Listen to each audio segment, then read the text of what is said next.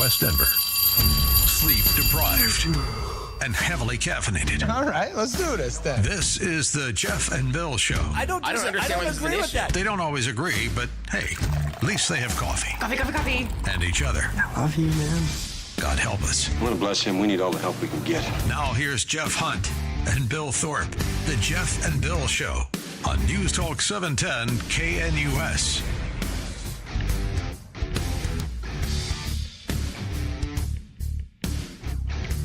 7 a.m. in the Mile High City on this Thursday, August 28th, 2025. Good morning, Denver, Colorado. You've tuned in to the Jeff and Bill Show, News Talk 710 KNUS. I'm your co-host, Jeff Hunt, along with Bill Thorpe, bringing you the freshest insights, hottest takes from the right, left, and center. Billy and I discussing the horrific shooting yesterday at the Annunciation Catholic School in Minneapolis. 2 children, ages 8 and 10, killed.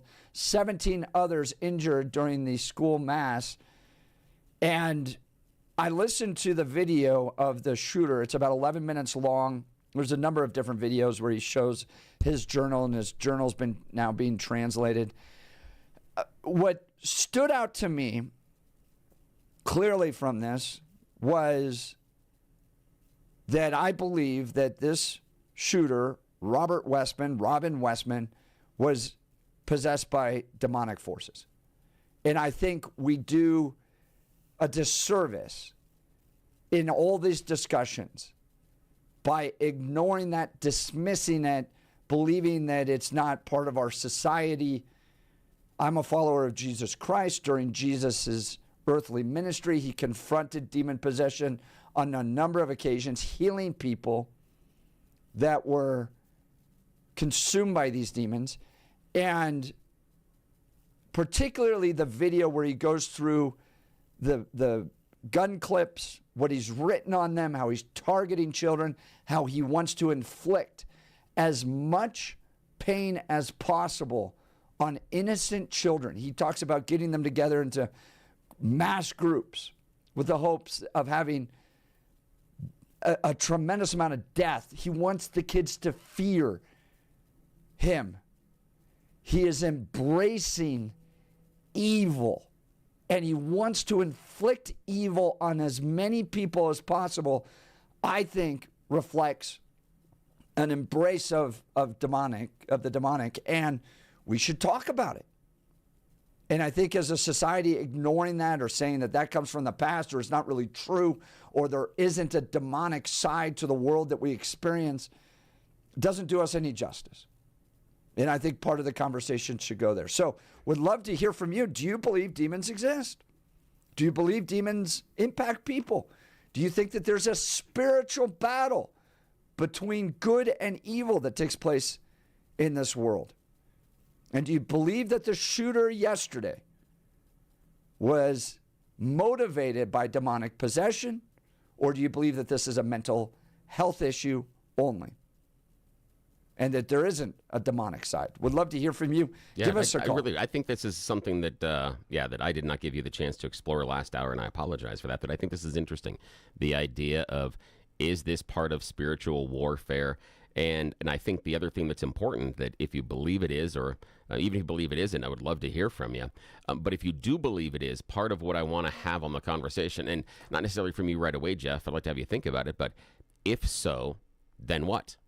So if we say that it is, then does it change anything within our society? And if you think things should change, what would those be? Again, we can talk about this in a little bit, but I think that this is a very interesting avenue that not a lot of people are going to explore. And I apologize for making us go off on the weird Bill tangent on last hour. So No. I want to spend some time there's here. so many angles to this story. Yeah, but no, I want to not at all. Don't worry. But you set that one up, and I think we should spend some time with this, and I want to give you that space. And I think here at the 7 o'clock hour is a great time to do that. So yeah, I'm excited about this conversation. I want to say, if then what? Right. And we're going to talk with George Brauchler as well, who had to prosecute the Aurora Theater shooting, as well as being involved in the Columbine shooting prosecution and the STEM shooting prosecution. I want to understand from his perspective what law enforcement is going through right now, what the DAs are going through as they prepare this case. And do you hold the parents accountable at all for what this man did? Lots of angles to discuss. And guys, I'll tell you this. This is the only show in Denver where you get to be a part of the conversation. So give us a call, 303-696-1971. Now is time for News and Comment with Blake Olson. Blake Olson. Blake Olson, News and Comment.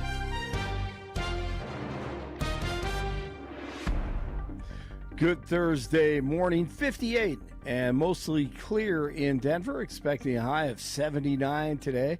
Going to be a beautiful day. This portion of the news sponsored by Pastor Camp Heating and Air Conditioning at 303-777-1234 to learn more about special savings opportunities on Lennox equipment. Our top story, grieving in Minneapolis after another mentally ill trans gunman opened fire on children during Mass at the Catholic Church, killing 2 children and injuring 17 others. 23-year-old Robin Westman, who changed his name from Robert, was sick, deranged. He died by suicide at the scene, left behind a manifesto and a deranged video automatically posted to YouTube while he was committing the murders about the same time. The FBI is treating the attack as a hate crime and an act of domestic terrorism targeting Catholics. The mayor, Jacob Fry, he's in denial. Anybody that is going to use this as an opportunity to villainize our trans community or any community has lost touch with a common humanity. We got to be operating not out of hate for any group, but out of a love for our children. That's where the focus needs to be right now. A love for our kids, seeing these kids not just as somebody else's kids, this horrific thing happened, but what if it was our own? How would we feel then? So, look, we need to be standing up for every community out there, a Catholic community too included. All right, Florida Congressman Byron Donalds. The reality is the tragedy that occurred today in Minneapolis is once again where the Democrats are ignoring some of the serious mental health challenges affecting young people in the United States, especially around gender identity, this transgender movement that they have fully gotten behind. On a broader level as a country, we have to take mental health much more seriously. I mean, look at the magazines, what was written on these magazines, talking about going after Christians. Where is your God? Going after Israel, actually writing there to kill Donald Trump. This is the insanity from the hatred that has come from the left. And then if you listen to Minnesota AG Keith Ellison a few weeks ago, he has TDS, and here's what he said. And even us Democratic AGs have sued this dude 44 times, and we'll sue him 44 more and 44 more after that. And we have sued him for gender-affirming care. Yes, we are not going to scapegoat our transgender community. We normalize it and promote the stuff that God hates. This is a spiritual battle. I agree with Jeff. The DJT administration plans to take over Union Station in D.C. Transportation Secretary Sean Duffy made the announcement saying the station has fallen into disrepair. This is the latest move by the White House as a part of 47's crime crackdown in the Capitol. And listen to the mayor of D.C., Bowser. She actually sounds grateful. I'm not sure. I think so, to the administration. Maybe it's just me. We greatly appreciate the surge of officers that enhance what MPD has been able to do in this city. The most significant thing that we are highlighting today is the area of crime that was most troubling for us in 2023. Now, we have driven it down over the last years, but I'm going to get my glasses so I can make sure. Okay, she goes on and sounds like she kind of appreciates. I think she put her finger up and felt the wind blowing. And I think the people are appreciating the crime fighting in D.C.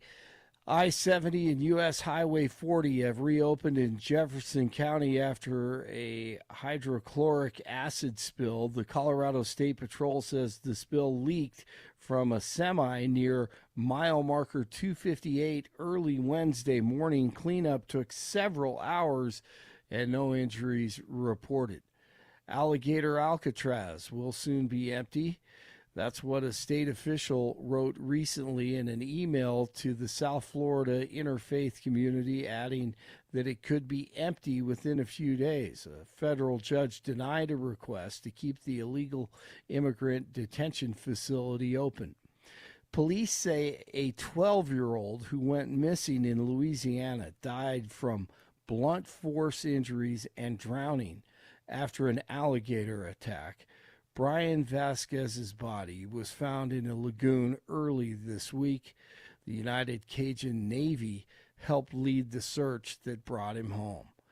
The 47 administration is proposing a 4-year limit on the amount of time student visa holders can stay in the U.S.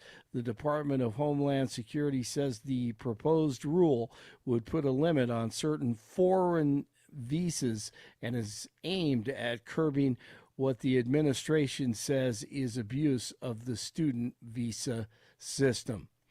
College football kicks off tonight. Wyoming is at Akron, and tomorrow the CU Buffs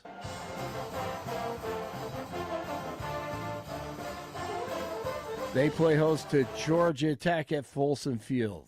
Thankfully, college football is back.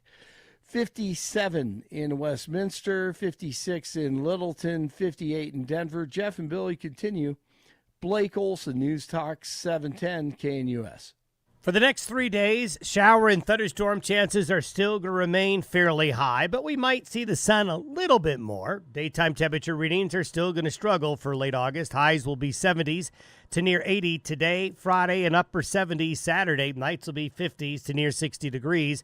A bit warmer with less in the way of thunderstorms Sunday and Monday. Weather is service of L&L Heating and Air Conditioning. For quick, trustworthy, and dependable service, call L&L Heating and Air Conditioning at 720-851-1691. Visit them online at bestdenverhvac.com. You'll be comfortable with L&L. Meteorologist Don Day in the 710 KNUS Weather Center.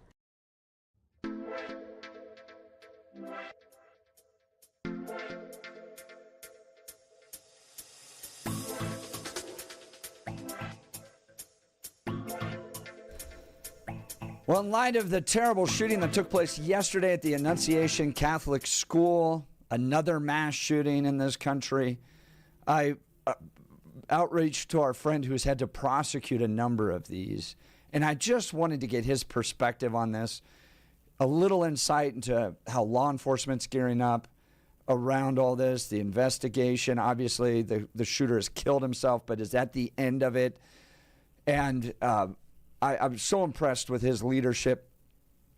He prosecuted the Aurora Theater shooting. He prosecuted the STEM shooting here in Highlands Ranch. And now he's doing a fantastic job keeping communities in the 23rd Judicial District safe. That's George Brauchler. Good morning, George. Thank you for taking time to join us. Yeah, good morning. Hey, thanks for having me on, Jeff and Bill. I appreciate it, even though it's this dark topic. Yeah, I mean, you got to – it's just another one, right? It's just another one. Tell us what went through your mind when you saw the news yesterday and what you think this morning. I probably had the same reaction that everyone else does, that, good Lord, what's going on? I tried to dive in, get some more information. But then the other things that happened during the day that make it seem more poignant. And, you know, you guys are both fathers, and you'll appreciate this. I had one of my chief deputies, her kid got cut loose from school early because they were doing testing, and she had to bring her in. She's 10. And so she's in the conference room with her mom working on some stuff, and she's watching her little videos, and she has a soccer ball. And so I go in there, and we start screwing around, and she's kicking my butt. I could have used a bill on the soccer stuff around the furniture, you know. And as I'm doing this, I'm looking at her. I'm like, Jesus, one of these. Somebody came and shot and killed one of these 10-year-olds just over in Minneapolis. And you think, how does a parent ever get out of bed again? How do you make your diaphragm work and take a breath anymore? It hurts. But then you also think to yourself, I do, week from now, it's in a rearview mirror, man. This guy's dead, right? So we have no other reason to continue to talk about this unless we force ourselves to. And there's going to be some other thing that happens. Maybe it's in Ukraine. Maybe it's in Israel. Maybe it's just Donald Trump. But this is in the rearview mirror. 1 week from today, we won't even be talking about this. And that is its own tragedy. That's exactly right. That's George Brauchler, District Attorney, Judicial District 23. Now, George, I want to talk about the darkness that these school shooters get into, because I watched the video and he's talking to himself and obsessing over death, over suffering, over the amount of kids that are going to die and the fear that they're going to have. And he's loving it. And at one point, he even sounds like Gollum from Lord of the Rings, where he's looking at the bullets going, my precious. I mean, and what came across to me was a demonic possession. You had to dive into the lives of the STEM shooters of James Holm and the Aurora Theater shooting. Talk to us about the darkness that these shooters embrace. It's a great point to bring up, and people should know none of these things are hasty crimes or crimes of passion. There's always some kind of trail left behind. That includes STEM. I mean, they spent 2.5 weeks as broken vessels getting together and planning what they were going to do in one version or another. It didn't just happen, and this guy's no exception to that. For whatever reason, they become fixated on causing other people pain, and it's to satiate either their own pain or some other selfish thing that they're dealing with. And this is an incredibly selfish act, and that's not me saying it. That's the mass shooter saying it. That's what he said. You saw that, Jeff. This guy acknowledges it, and I think what's important to know about that is that there's going to be a temptation by some to dismiss this as, well, it's just mental illness. It's just mental illness. It is clear to me, having read his letter and done all this stuff, and by the way, Daily Mail is a great website to get a bunch of good information. This guy was 100% completely sane. He knew right from wrong based on societal standards and morality. He could form the intent to murder after deliberating on it. Whatever it was that was a mental illness that fueled that darkness, that hatred, that evil, that demonic possession, it does not rob him of the agency and accountability for the decisions he made. And we do a disservice to those victims if we just simply dismiss this as guy's mentally ill. I think that's a really important thing to point out, is that to just dismiss this, there was something wrong, mentally ill, doesn't get into the fact, as you pointed out, that they know the difference between right and wrong. I mean, so at this point, George, because the perpetrator killed himself, does the investigation end? I've seen there's now a move to start to prosecute parents. Shouldn't somebody in his world have known this? And should they be held responsible? Yeah. Well, both of those questions are maybe, and you'll recall this isn't new. Back in 99, April 20th, when those two disgruntled students walked into Columbine. Actually, they didn't walk into Columbine. They sat up outside of Columbine in the parking lot, hoping that their bombs would go off, and then they could pick off the fleeing students and teachers. Those guys took their own lives in the library. That is not the end of the investigation. In fact, it ramped up to try to find anybody and everybody who had knowledge of or facilitated this. The parents lawyered up right away, which is their right, but it really foreclosed the ability to do a deep dive on what they knew and when they should have known it. But what we did get is we got Mark Manis and Phil Duran, two guys who provided the Tech DC-9 handgun to those two shooters, as well as took them up to Rampart Range and shot. Those guys became the focal point. Those were the cases that Steve Jensen and I prosecuted. Those were the only felonies that grew out of Columbine. So I don't think that anyone's going to take their foot off the accelerator to try to find whether there's someone responsible. But my concern is this. In the absence of someone to prosecute, in the absence of someone to even go into court and say, hey, I'm not guilty by reason of insanity, which invariably this guy would have done, we don't get the super deep dive to answer the questions that are really important to us. And those questions are the why and the how. right? Like he lawfully obtained these firearms. Okay, that's worth knowing. But the why part is the part we really need to know about. And my hope is his parents, who are probably equally devastated, okay, that his parents will come forward at some point here and cooperate and say, ask us anything you want about our kid. Let's tear apart his room or tear apart all the things we know about him so that we can try to figure out, is there something that could have been identified earlier that would have prevented this? Because the scariest conclusion to draw from any of these mass shootings, and we do it a lot, is there was nothing we could do. This was going to happen. There was no way to prevent this, short of us magicking away every single bullet and firearm in America, and that ain't going to happen. There's nothing we can do, and that's the scariest conclusion to come to in a free society. That's George Brauchler from Judicial District 23. You might recognize his voice from his time on the air here with us at KNUS as well. Now, George, I want to kind of explore that just a little bit with you, maybe personally, but also just talk about just the impact, because you have experience with the movies theater shooting and the STEM shooting, in which the perpetrators were alive, but you have some tangential experience also with Columbine, where the shooters took their lives. Talk about how difficult it is in your experience and what you've seen with the victims and the communities with not having the perpetrator alive. You talked about not knowing the why. How difficult is that? Because I feel that when you have the perpetrator alive, you have a focus for your pain. You have a focus for your questions. And even though we don't always get the why, at least it feels like you have a chance at getting some of those answers. But what is it like on the other end for those families and those other people in the community that will never be afforded, one, the ability to point at that individual being held responsible for their actions, and two, never ever being able to get that why? Yeah, that's a really good question, Bill. And I'll say every victim's experience, their walk is unique to them. And so what I tell you here as an answer is just my observations and based on things that they've told me. And I think everyone probably acknowledges, without saying it out loud, every single person in that church is forever affected by this. And there will be some portion of their lives, maybe the whole thing, that will be defined by the evil that took place yesterday. How they cope and deal with that is a mystery. I don't know how it happens. But my experience is this. When the shooter takes their own lives, even though the short-term answer, even from law enforcement, I had people text me, hey, thank God this guy took his own life. And I'm like, really? I'm not sure. And I say I'm not sure because this person was in control of everything from start to stop, including their own exit. And that robs, I think, victims of the ability to feel like there's any sense of justice, accountability, any opportunity to get to what you asked, Bill, which is the why. You know, when I made the decision to seek death on the Aurora Theater case, there was a good number of victims who were adamantly, emotionally opposed. Some who said, we're going to the press and tell them we think you suck and you're not doing a good job.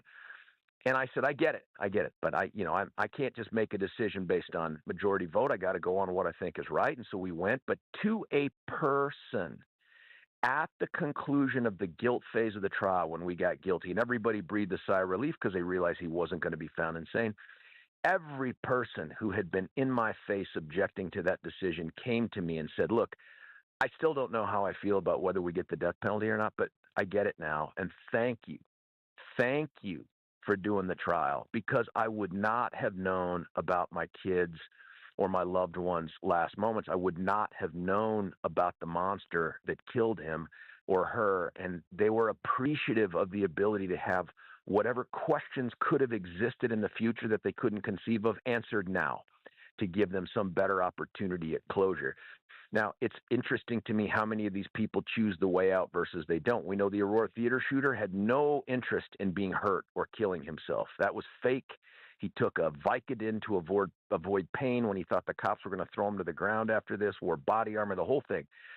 The Columbine shooters, there was no question they were never going to leave there alive. They made that pact, and it was going to happen. STEM, one of them was supposed to kill themselves.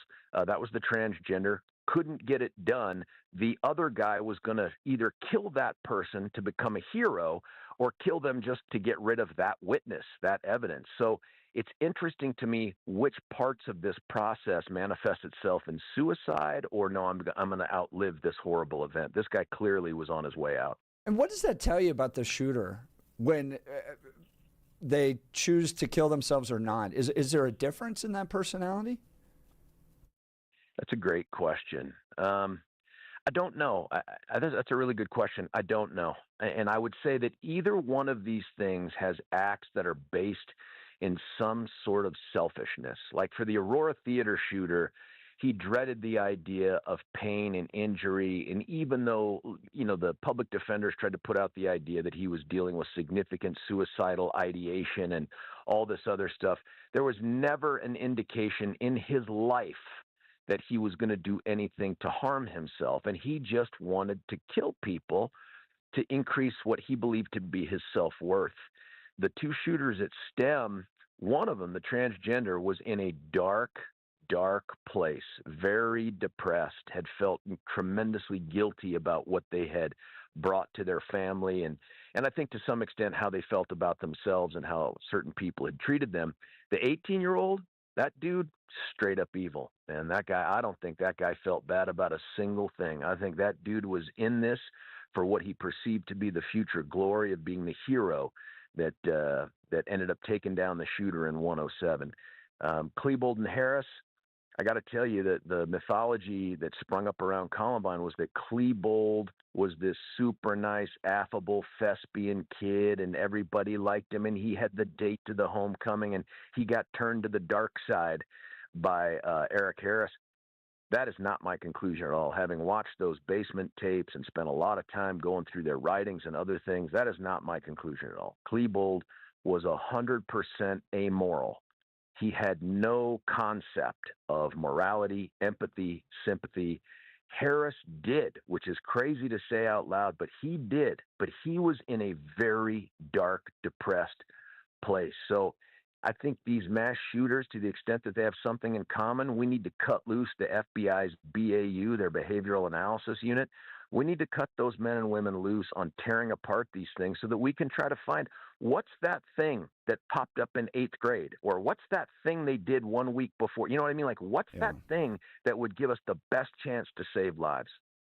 That's George Brauchler, District Attorney of the 23rd Judicial District, has been involved with a number of these cases, prosecuting these horrific school and mass shootings. George, in that video, in the 11-minute video where he's going through all the different guns and all the different magazines, and I don't know if you've had a chance to watch it, but he's written the name of other school shooters on there. He had become obsessed with these school shooters, the man that shot people yesterday.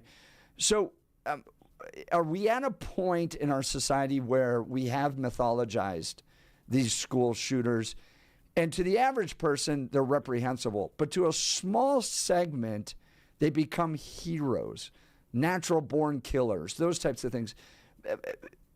Do you think we've done that? Do you think that that's a problem out there, watching the videos from yesterday?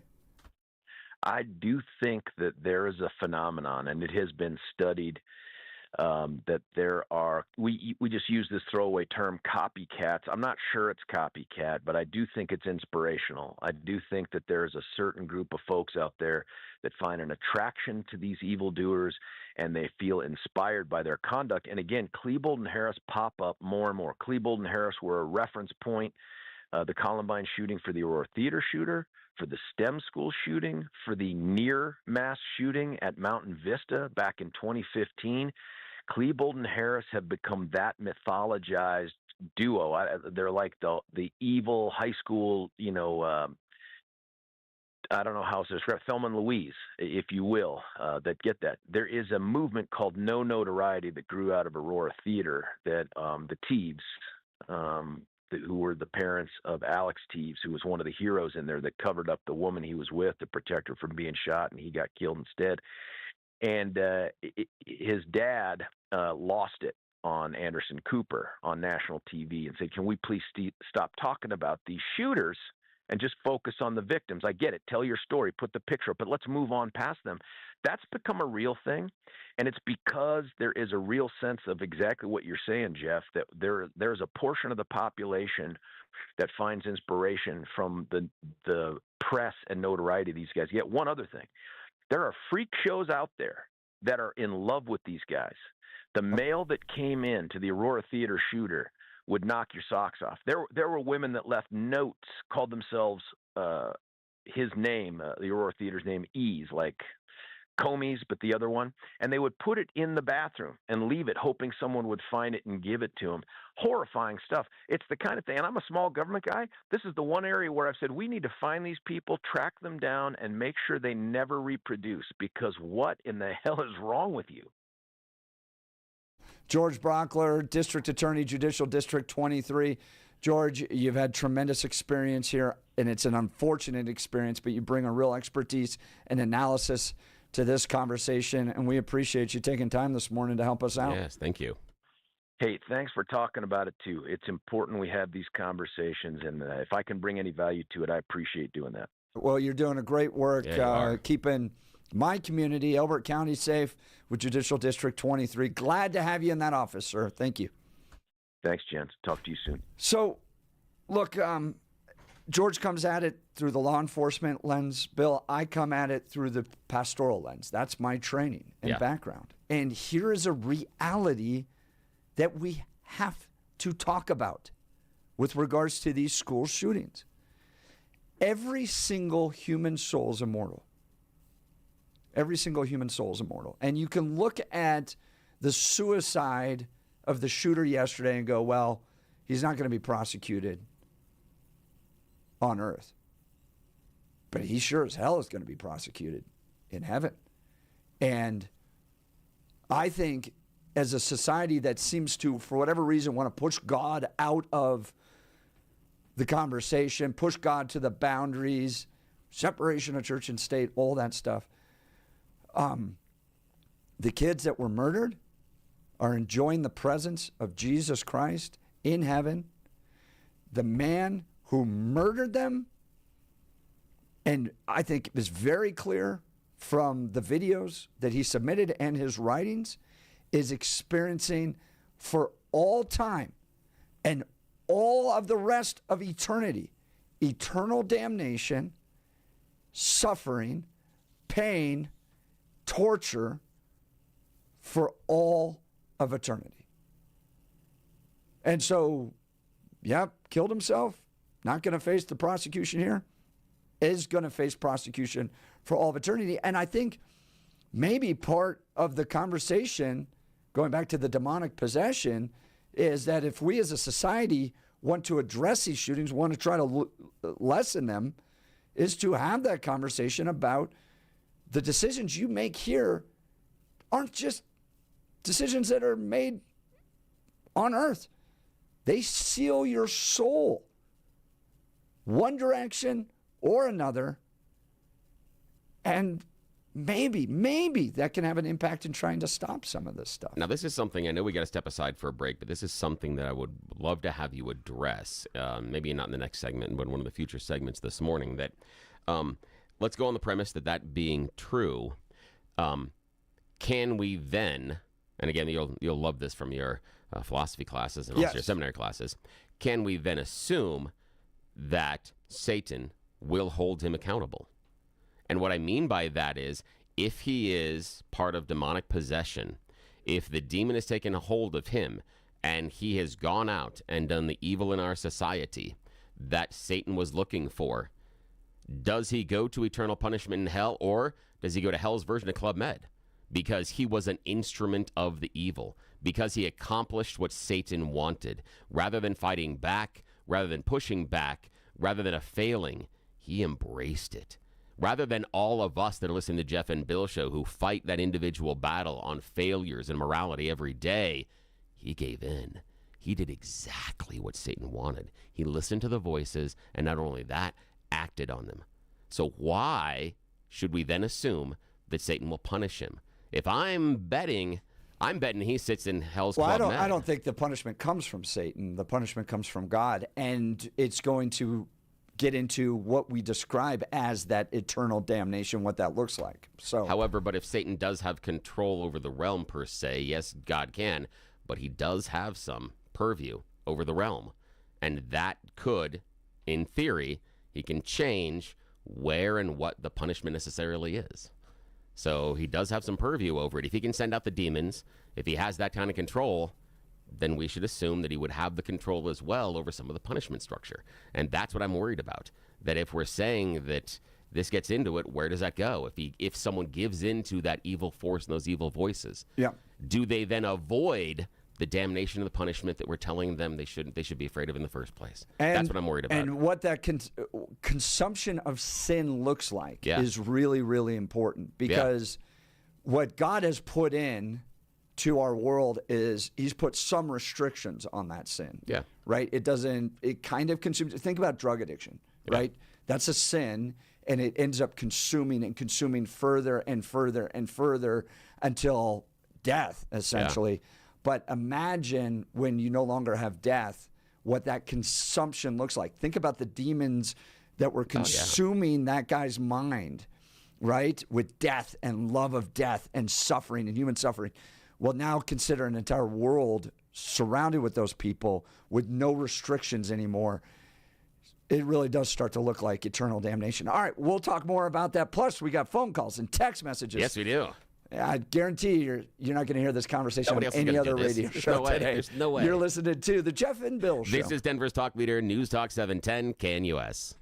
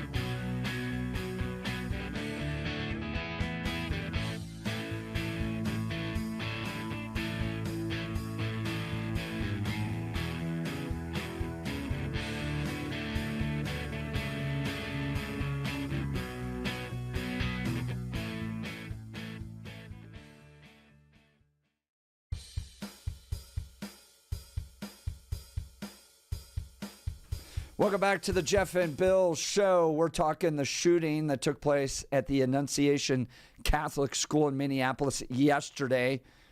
I watched the video of the shooter, and what just jumped out to me was the spiritual dimension. The man reminded me of Gollum from Lord of the Rings, at one point even saying, "My precious," as he looks over the bullets that he's going to use to kill innocent kids. He was driven to kill as many innocent kids as he possibly could. Now here's the scary part, that there's, again, my nerdness brought in another level of that video as far as it being disturbed, because I saw bits and pieces. You've seen the whole thing. I haven't watched the whole thing. It's horrific. It's horrific. I did see the parts about the precious and your references to Gollum, and I saw that too. And that hit me, because I'm a Lord of the Rings fan, at another level because of Gollum's story. Yeah, right. He has to start out killing his best friend in order to get the ring. So right. He has to start with death and then continues down a really, really long path of death. I mean, he was trying to kill Bilbo when Bilbo got the ring from him. So, yes, it is an embracement of that. At that the was end, spooky. He gives his entire life to the obsession, right? Yeah. Doesn't he? Yep. He has the freedom to leave it, but can't. And there's, I just think that we miss, as a society, we miss the important spiritual dimensions of this. I see demon possession. I believe that the shooter is being tortured in hell, absent of God at this point. The young Catholic kid, the two that specifically lost their lives, in the presence of Jesus Christ. These are all conversations that, for whatever reason, our society runs away from, especially the media. And I think they're more of a reality. And when you think of eternity, I think they're more important than anything else that we'll necessarily do on this earth. And souls are eternal. And so to include this in the conversation, along with gun control, along with transgenderism, is important. All right, let's go to Dwayne and Divide. Good morning, Dwayne. You're on with Jeff and Bill. Yeah, good morning. Yes, good morning, gentlemen. When we go to think of these things, that yes, he had, different possessions and possible other items. Let us remember that the most important thing was said back in the early days of the Constitution, that I would rather have dangerous freedom than false security, done by old TJ, Thomas Jefferson. He bought the weapons legally, and he sat there and abused them and used them in the wrong way. Now, did he have applesauce as a kid? Should we ban applesauce because that might have been what contributed to him? His mother signed off on his TS, so we need to sit there and say, "Gee, Mom, maybe you sat there and needed to be a little bit more understanding and working with your child." So we have more items, and yet, Bill, the other day you said, well, there weren't that many trans situations. You've got the STEM shooting, the lady in Indiana, or boy, or whatever that was. And then we have this person here who's also, there's a trend with LGBTQ, LMNOP. I disagree. Well, I've disagreed. Dwayne, hang on. No, Dwayne, you brought up three there. No, hang on. We've had over 130 school shootings since Columbine. And we have, by count of someone in the text message, 6 that are perpetrated by trans people. That is a fraction. That is a fraction. It's the trend. No. Wait, hang on. Hold on. You hear 131, and there are 6 of the example you're giving, and you say, aha, trend. You discount the entire rest of the group, the larger set of the segment in the population. Okay? That's fine. But when you're focused on what you're saying is a trend in the minority, I submit you're focused on the wrong thing. That if you're concentrating on a fraction of the minority, you're focused on the wrong thing. When you discount over 120 of the other incidents, I think you're focused on the wrong thing, to be fair.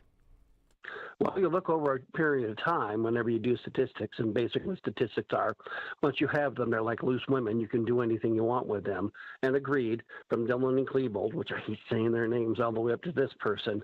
But things have changed. Stats have changed. Attitudes have changed.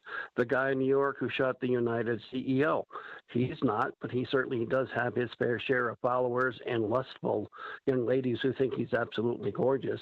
We have a society that is embracing death and embracing the anti-everybody to a point that we're now saying to ourselves, how do we not only call down this, but those that are complete and total zealots into the dark arts? Jeff?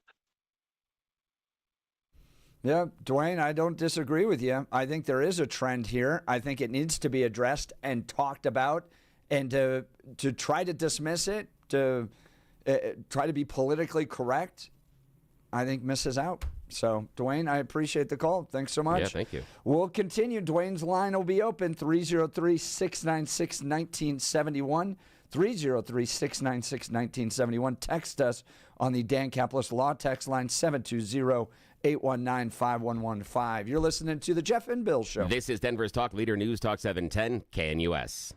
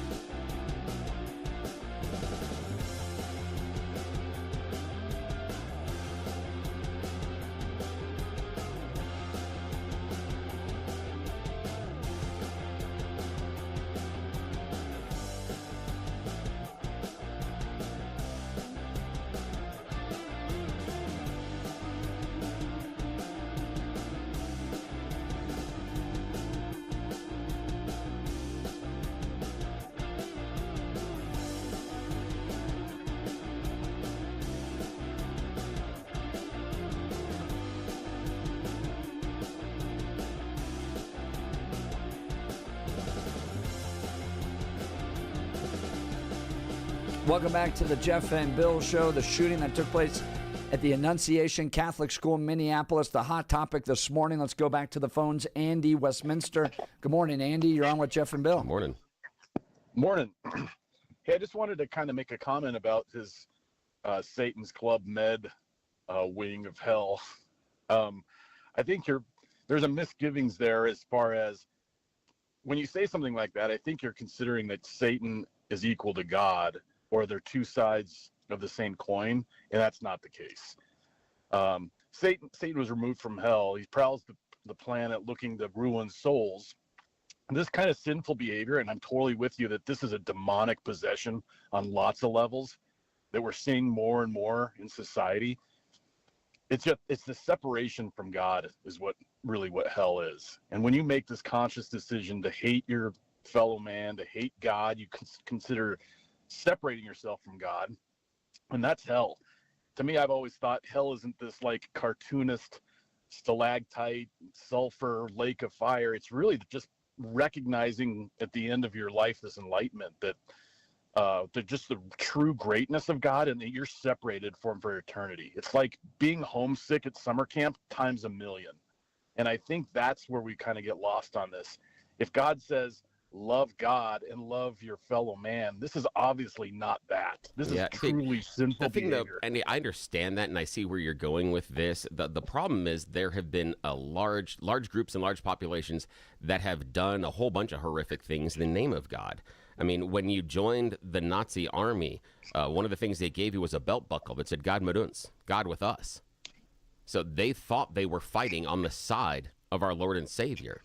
So there are a lot of people that have claimed that. I don't disagree. The Crusades, man is very weak, and man is really. It's easy for man to stray from the true relationship with God, and it's countless times that man has done that. Like you said, the Nazis, even today, the way people treat. I'm not gonna, with the LGBT thing and the transgender thing, I think there's so much misgiving on that too, as far as we should still care about these people and love these people. We don't have to celebrate their lifestyle, but at the same time, I think the way we treat them is probably wrong. And there's a lot of problems in society that really Andy, don't reflect God's love. Okay, now you've listened to the show and Jeff and Bill for a while, and something that I like to do is kind of make the conversation a little more difficult. I love where you're going with this, and I love where you're thinking. Now, let's assume all of these problems are true and you're 100% right. I'm going to make this more difficult. Should we then assume these people that are so broken and so fractured should have guns? Should they have access to them still? I think what we're seeing is a lack of accountability. Ooh, okay. So, for instance, like I think so many times these young people that have done these horrific acts, I think we hold parents accountable. Did the parents have the gun? Did they have them locked up? Did they have them out of the reach of someone that was mentally ill? I think there's a responsibility as a gun owner on so many levels. If you've ever taken a hunter safety class, you don't shoot out your window when you're hunting pheasants. There's a lot of different rules with it. Why isn't there an accountability or maybe a mental health test? Ooh. I don't know. I mean, if I have to take a license to drive this automobile that can kill a bunch of people, I have to take a test. I have to be I have to show that I'm competent at it. If I'm not competent mentally to make logical decisions, maybe that needs to be the next step. But guys, in the midst of all this, and it's important, Andy, to recognize that your driver's license is a privilege granted to you. Your Second Amendment right is a right guaranteed to be protected from government overreach in the Constitution. But there's a disingenuousness on the other side of this, that the left doesn't just want law-abiding, competent people to have guns. They want to remove guns from society. And so if you could come up with a test that said, look, all right, we're going to make sure the mentally ill don't have their guns and protect law-abiding citizens, that's one thing.